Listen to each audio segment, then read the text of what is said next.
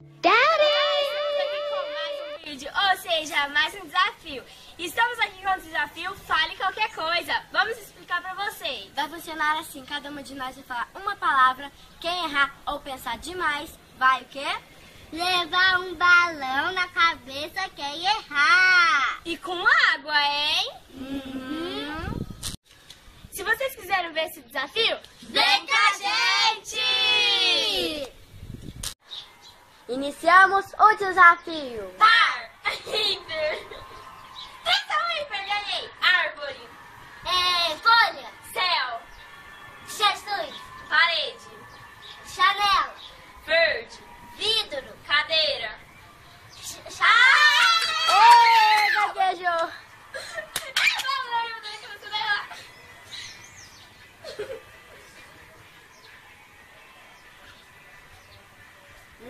Dois,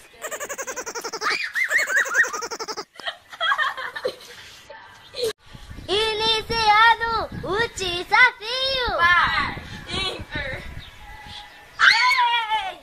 Árvore, Janela, cadeira, parede, parede. Ah, não! Gente, que raiva! Ai, meu Deus!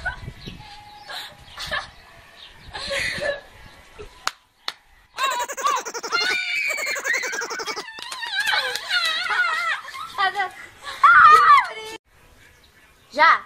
Par.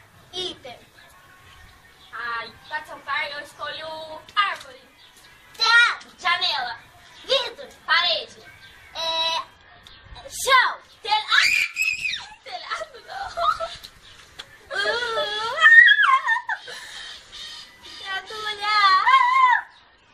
Não, peraí.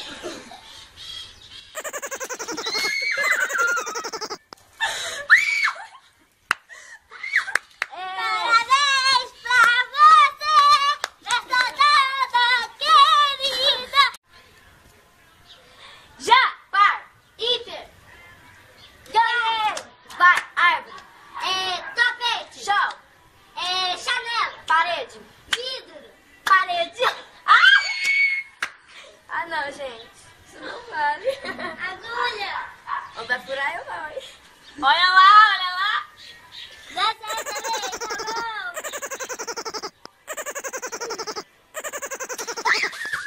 Parabéns pra você nessa data querida! Eu tô ganhando! Par, Ímpar.